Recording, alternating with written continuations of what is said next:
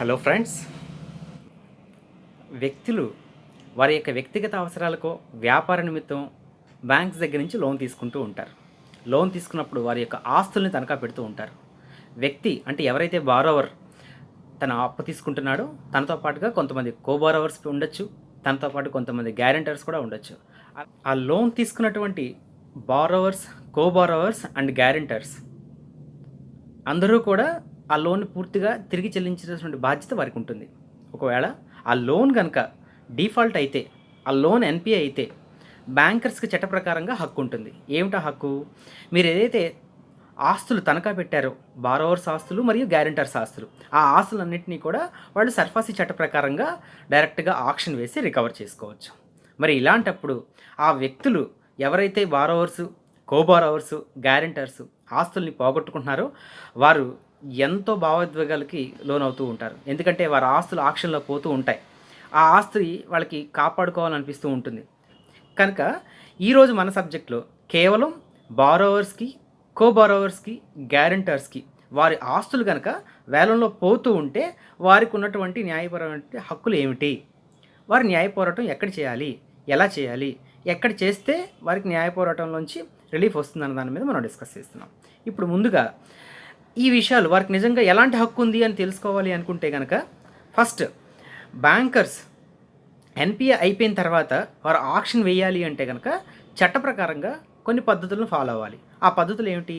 Securitisation చట్టంలో వివరంగా చెప్తున్నవి.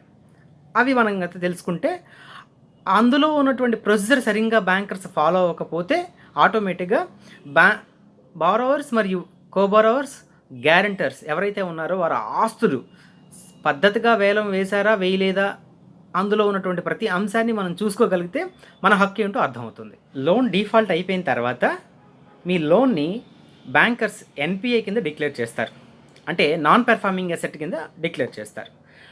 NPA కింద మీ లోన్ డిక్లేర్ చేసిన తర్వాత డేట్ ఆఫ్ ఎన్పిఏని బారోవర్స్కి, గ్యారెంటర్స్కి తప్పకుండా తెలియచేయాలి. దాని తర్వాత ఇప్పుడు సెక్యూరిటైజేషన్ చట్టంలో వారు ఆక్షన్ వేయాలి అనుకుంటే కనుక ఎలాంటి పద్ధతి ఫాలో అవ్వాలో చూద్దాం.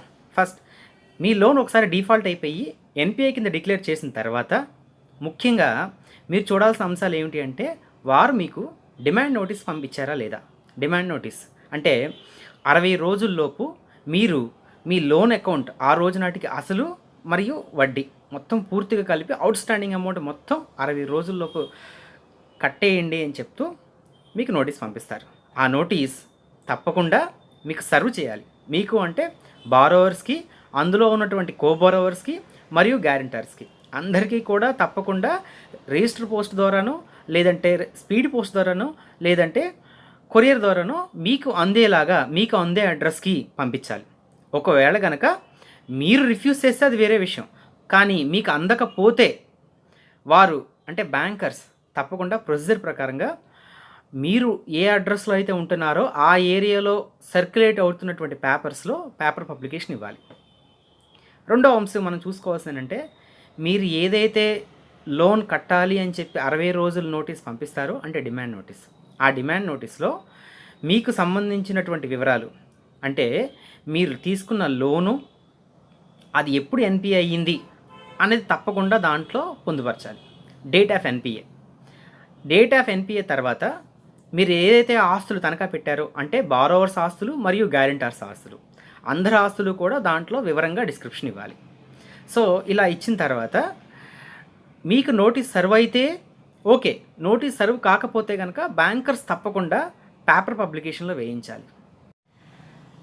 ఇప్పుడు బ్యాంకర్స్ డిమాండ్ నోటీస్ పంపించిన తర్వాత అయితే బారోవర్స్, గ్యారెంటర్స్ అందరూ కలిసి అప్పును తీర్చడం, లేదు అంటే ఇంకొక ఆప్షన్ వారికి ఎలాంటి హక్కు ఉంటుంది? అప్పును తీర్చలేకపోయినప్పటికీ కూడా 60 రోజుల్లోపు మీకు ఆ డిమాండ్ నోటీస్ మీద కానివ్వండి లేదంటే కనుక ఆ లోన్ మీద కానివ్వండి మీకు ఎలాంటి అభ్యంతరాలు ఉన్నా సరే ఆ అభ్యంతరాలని 60 రోజుల్లోపు మీరు రిప్రజెంటేషన్ రూపంలో ఆ బ్యాంకుకి పంపించాలి. అది కూడా రిటర్న్గా. మీరు రిటర్న్గా మీ రిప్రజెంటేషన్ మీకు ఏదైతే అభ్యంతరాలు ఉన్నాయో అవి పంపించిన తర్వాత బ్యాంక్ వారు వాటిని యాక్సెప్ట్ చేయడమా, ఒప్పుకోవడమా, లేదు అంటే కనుక తిరస్కరించడమా. ఒకవేళ బ్యాంక్ తిరస్కరిస్తే ఎవరైతే బారోవరు మరియు అందులో ఉన్నటువంటి గ్యారెంటర్స్ పంపిస్తారో వారికి తప్పకుండా 7 రోజుల్లోపు వాళ్ళకి ఎందుకు తిరస్కరిస్తున్నారో దాని గురించి సమాధానం కూడా వారు ఇవ్వాలి. కంపల్సరీ రిప్లై ఇవ్వాలి. మీ రిప్రజెంటేషన్కి రిప్లై ఇచ్చి తీరాలి. అది చట్టంలో చెప్తున్నటువంటి విషయం. So second one, demand notice పంపించి 60 రోజులు పూర్తయిపోయిన తర్వాత కూడా బారోవర్స్ కానివ్వండి, గ్యారెంటర్స్ కానివ్వండి అప్పు తీర్చలేని పరిస్థితిలో ఉంటే బ్యాంకర్స్ ఏం చేయాలి? బ్యాంకర్స్ చట్ట ప్రకారంగా పొజిషన్ నోటీస్ పంపించాలి. ఆ పొజిషన్ నోటీస్ పంపించినప్పుడు ఆ పొజిషన్ నోటీస్ మీకు డిమాండ్ నోటీస్ ఎలా అయితే సర్వ్ చేశారో అదే విధంగా మీకు సర్వ్ చేయాలి. దాంతోపాటుగా ఆ పొజిషన్ నోటీస్ని తనఖా పెట్టినటువంటి ఆస్తుల మీద తప్పకుండా అతికించాలి.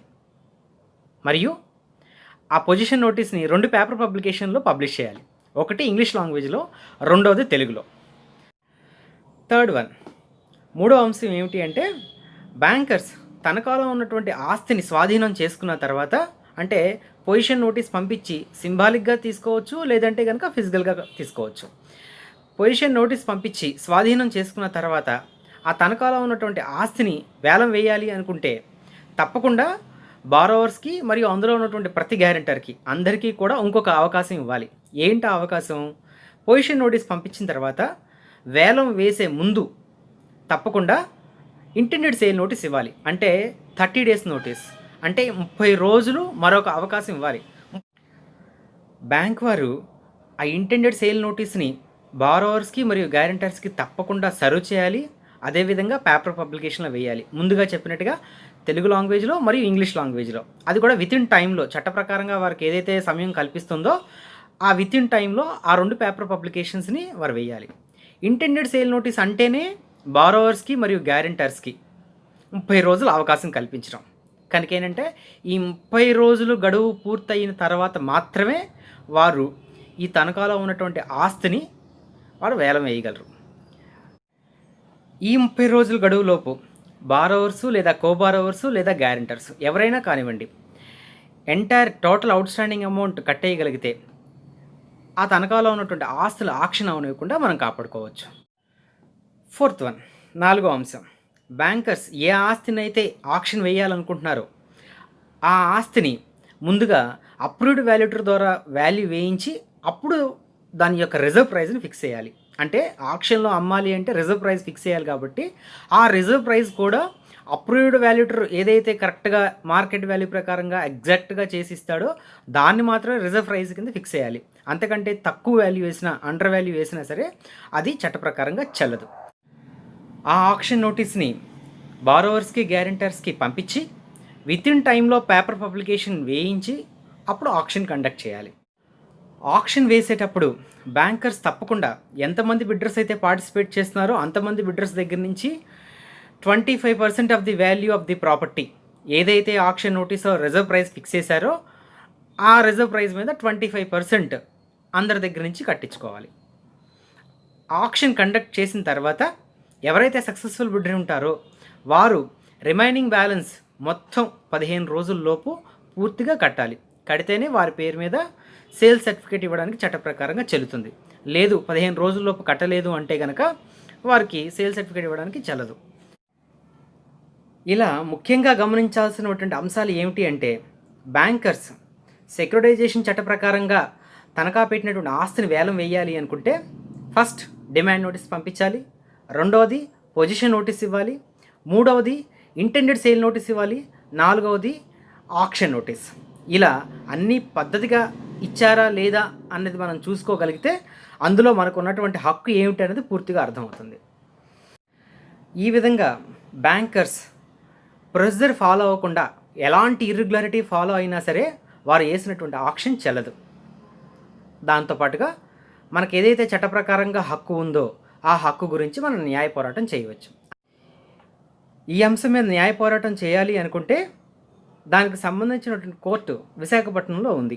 అది DRT, debt recovery tribunal Visakhapatnam. Andhra Pradesh మొత్తానికి అదొకటే కోర్టు. కనుక ఇలా బ్యాంక్ ఆక్షన్లో ఏదైనా ప్రాపర్టీ పోతుందనుకున్నా లేదంటే పోయినా సరే ఆ అంశం మీద న్యాయ పోరాటం చేయాలి అంటే కనుక డిఆర్టీ విశాఖపట్నం కోర్టులో చేయాలి. అలాగే ఈ అంశం మీద ఎవరు న్యాయ పోరాటం చేయవచ్చు? బారోవర్స్ మరియు గ్యారెంటర్స్ అందరూ కలిపి న్యాయ పోరాటం చేయవచ్చు. లేదు అంటే ఓన్లీ ఎవరి ప్రాపర్టీ అయితే పోతుందో అది బారోవర్స్ ప్రాపర్టీ కానివ్వండి, లేదంటే గ్యారెంటర్స్ ప్రాపర్టీ, విడివిడిగా కూడా మీరు న్యాయ పోరాటం చేయవచ్చు.